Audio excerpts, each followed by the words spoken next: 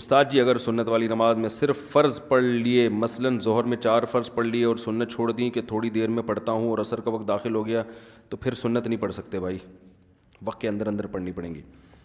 جو ٹوپیاں استعمال کے قابل نہ رہیں ان کا کیا کرنا چاہیے؟ عام طور پہ لوگ ان کو مقدس اوراق کے ڈبوں میں ڈالتے ہیں۔ او بھائی دیکھو، ٹوپی جو ہے نا آپ کے لباس کا حصہ ہے۔ یہ جو مسجدوں میں ٹوپیاں رکھنے کا رواج ہے یہ بالکل صحیح نہیں ہے۔ ہر آدمی کا لباس ہے نا، تو پراپر ڈریس میں آنا چاہیے، تو پراپر ڈریس میں شلوار قمیض بھی ہے، ٹوپی بھی ہے، صحیح ہے نا؟ تو وہ بھی اب کبھی ایسا ہوا کہ جی آپ مسجد میں آئے تو کرتے رکھے ہوئے ہیں جی، یا شلواریں رکھی ہوئی ہیں، تو جب کرتے شلوار نہیں ہوتے ٹوپی کا کیا کام ہے مسجد میں؟ ویسے بھی یہ مروت کے خلاف ہے کہ کسی اور کا لباس استعمال کرنا جو آپ کا لگتا بھی کچھ نہیں ہے۔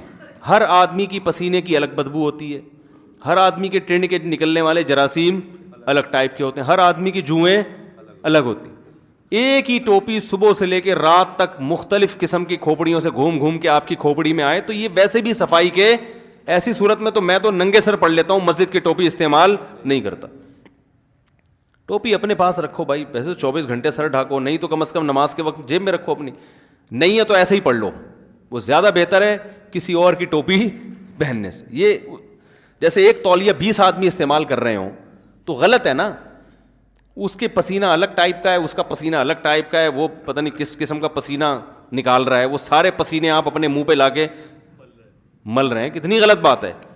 تو یہ بھی ایک عجیب سی بدعت ہمارے مسجدوں میں ٹوپیوں کی چل پڑی، اور پھر ٹوپیاں اب تو پھر بھی کچھ غنیمت آنے لگیں، پہلے وہ چٹائیوں والی ٹوپیاں ہوتی تھیں، اس کے تن کے نکلے ہوئے ہوتے تھے، درمیان سے گنجی ہو گئی، سائڈوں سے، وہ اللہ کے سامنے وہ پہن کے کھڑے ہو رہے ہیں، چٹائی لپیٹ کے نا جیسے کھڑا ہوتا ہے، وہ پہن کے کسی دعوت میں انسان نہیں جا سکتا، لوگ سمجھیں گے چندہ مانگنے آیا، بھگا دیں گے اس کو وہاں سے۔